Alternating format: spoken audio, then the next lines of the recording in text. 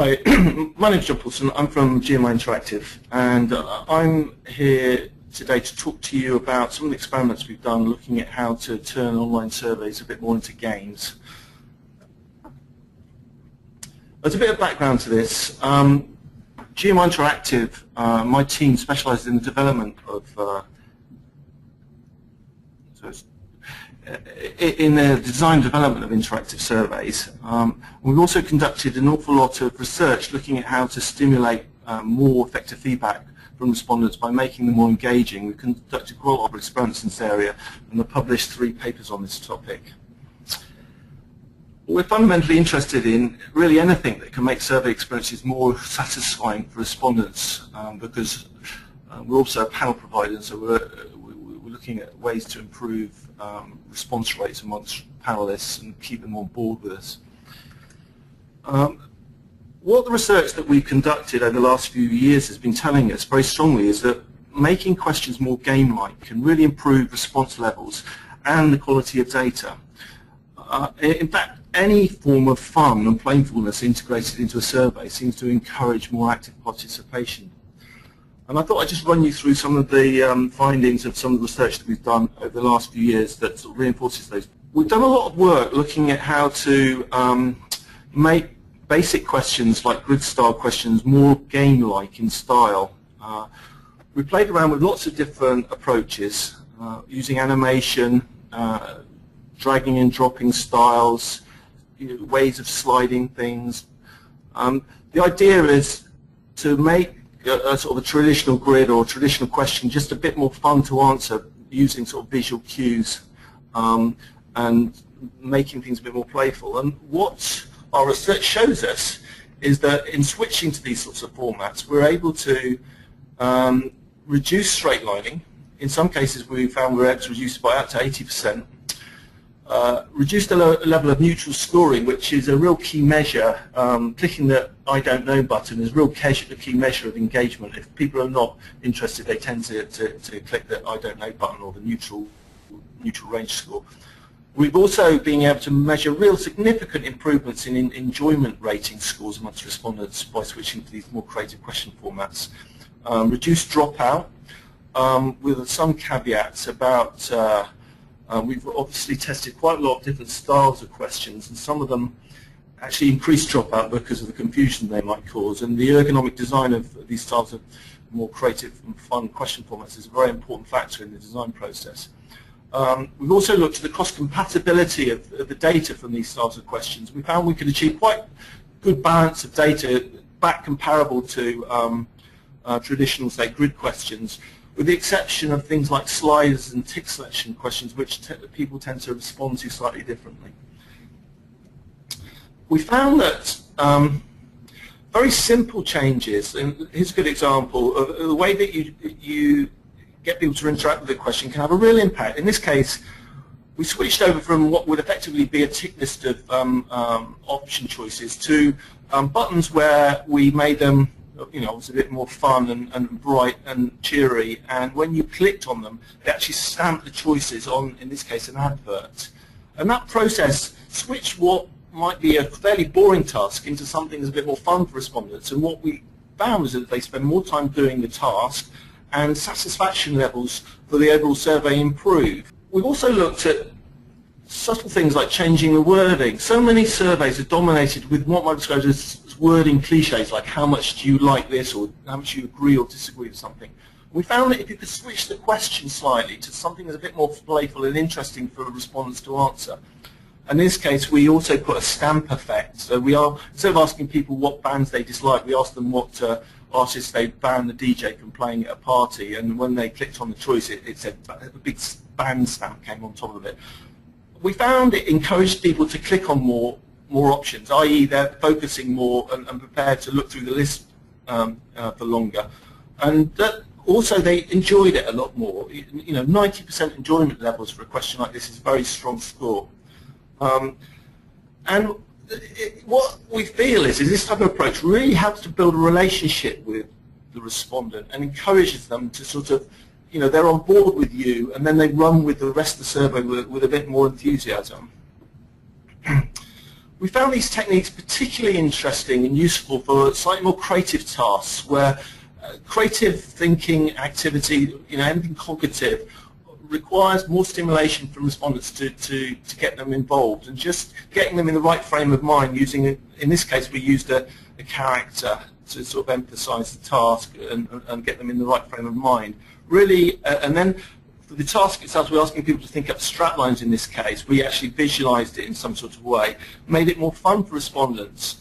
And in this experiment, we actually got 3 times as many actual straplines out of people than just asking people the question straight. One of the key things that we've discovered is that you make any task competitive in an online survey, it can have a real impact in stimulating people to give you more answers. This simple experiment, we asked people to think up names of ads. I think I mentioned it in the last presentation I gave. It stimulated 3 times as many ads as a straightforward question. We played with using games at the start of surveys to get people in the right frame of mind. We've done various things. This is an example of getting people to write limericks.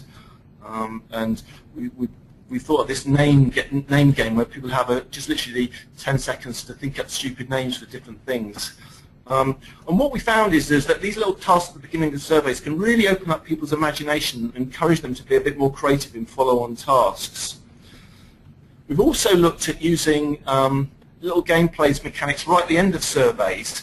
The idea being is that we feed back the answers. In this case, we're asking people to come up with some ideas for some taglines for some cartoons.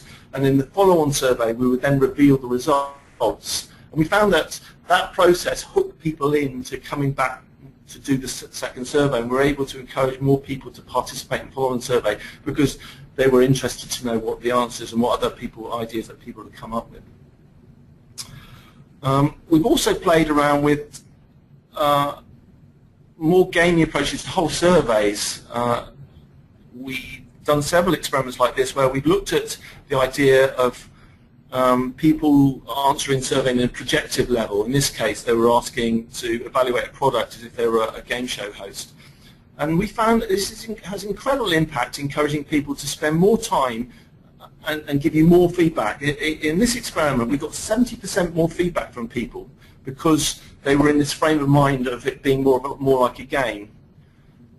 So in summary, what I can say from what we've done so far is that gamification is really a good way to improve feedback from surveys.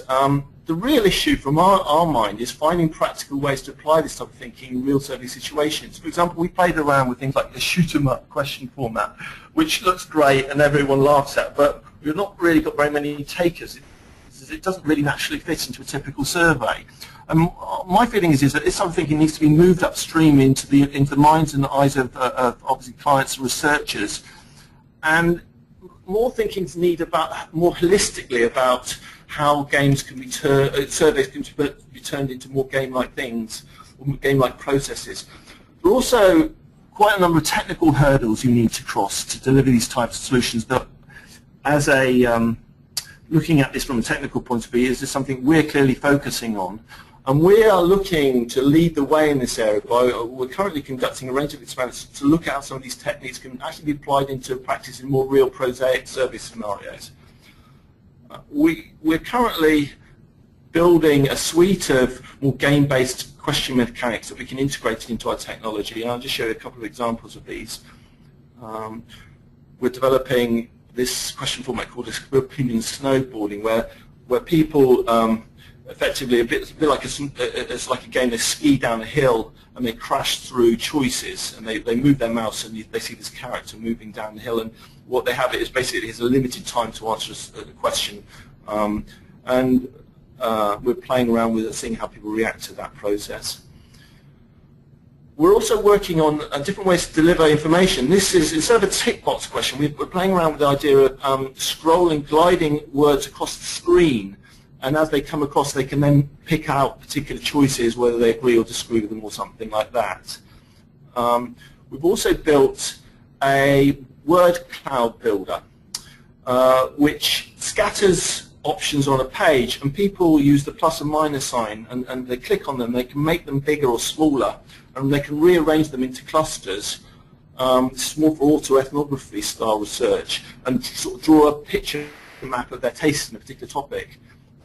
We've actually done some real research on this already and found that people were spending 2 or 3 times more time answering this question this style than they would in a traditional sort of tick box or grid style question format. The other thing I'm interested in is switching to ways that people give free text in more sort of creative ways. By imposing a time limit on people's feedback, you might think that that stops people giving you so much feedback, but as far as I can see, it does quite the opposite. It forces people to be a bit more responsive and a bit more creative and spontaneous in the feedback that they give. And I think there's some interesting things that can be done with this technique in a broader surveying sense. We're also looking at guessing games. So I think there's some interesting things that can be done in the guessing process. I mean, quite typically we might have a question being surveyed, what brands of deodorant can you think of? Well, switching that to can you guess the most popular brands of deodorant turns it into a game for respondents, and I think that they will react to that in a slightly more positive way and a more interesting task for people to do. And we've developed a little component that basically looks at text and cross-codes it, and if it's correct, it will then tick off an answer as being correct. And so it turns a question. We built basically this into a questioning component that is more like a game.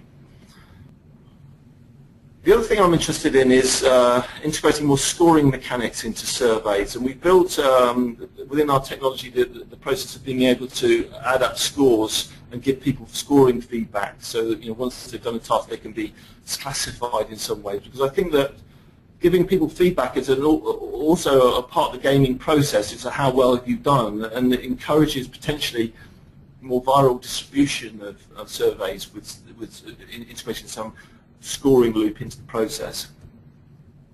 What we're looking at more broadly is we're taking these different question formats and we're looking at how respondents are reacting to answering these questions in different ways, the impact it has on the data, and then what we're trying to do is build some questionnaires and some whole surveys using these techniques and seeing how that they can be used in a more practical sense. And what we've done is we set ourselves the challenge of designing redesigning a really boring bank tracking study into a game.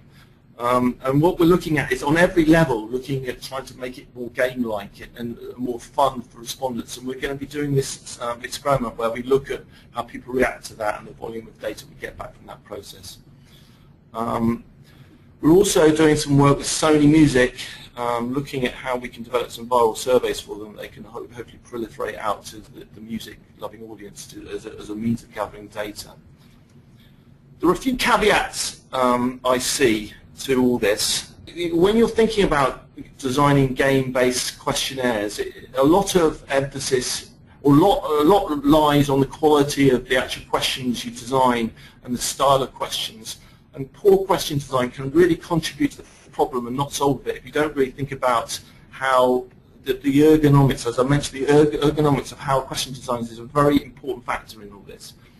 I also believe that the piecemeal application of this type of thinking into 1 or 2 questions into a service is a very dangerous process, because it basically then sets a contrast between that and the rest of the survey, and I think it can lead to slight levels of disappointment amongst respondents if you've just got 1 or 2 little fun things to do and the rest of it's really boring.